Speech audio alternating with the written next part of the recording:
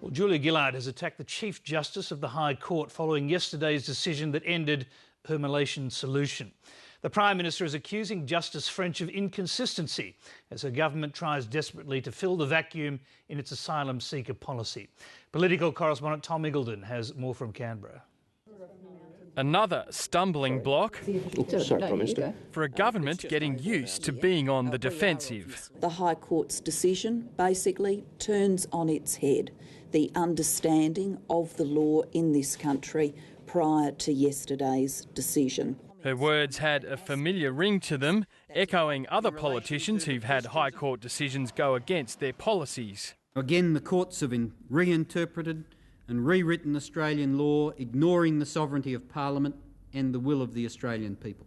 Julia Gillard's not blaming the Immigration Minister, who says he's determined to go on in the job. The only thing that would happen if I resigned would be my quality of life might go up, but nothing else is going to be impacted by that. The High Court says the Malaysia policy failed to provide human rights protections. The Prime Minister says the court's missing the point of her policy. A missed opportunity to send a message to asylum seekers not to risk their lives at sea and get into boats.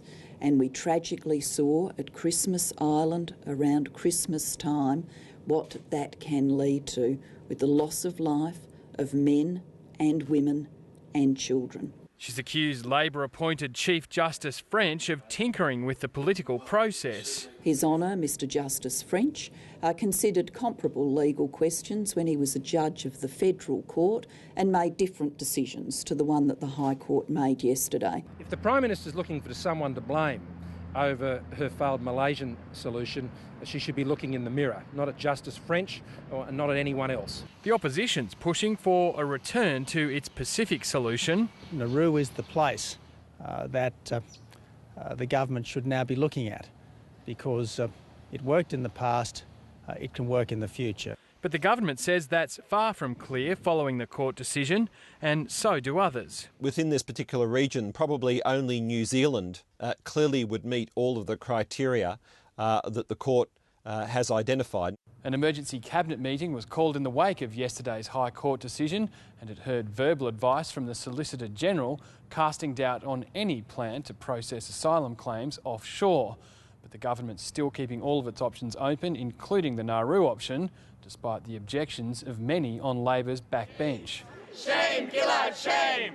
Free the refugees! Asylum seeker supporters demonstrated tonight outside the Community Cabinet Forum in Brisbane, also urging the government to avoid a return to the Pacific solution.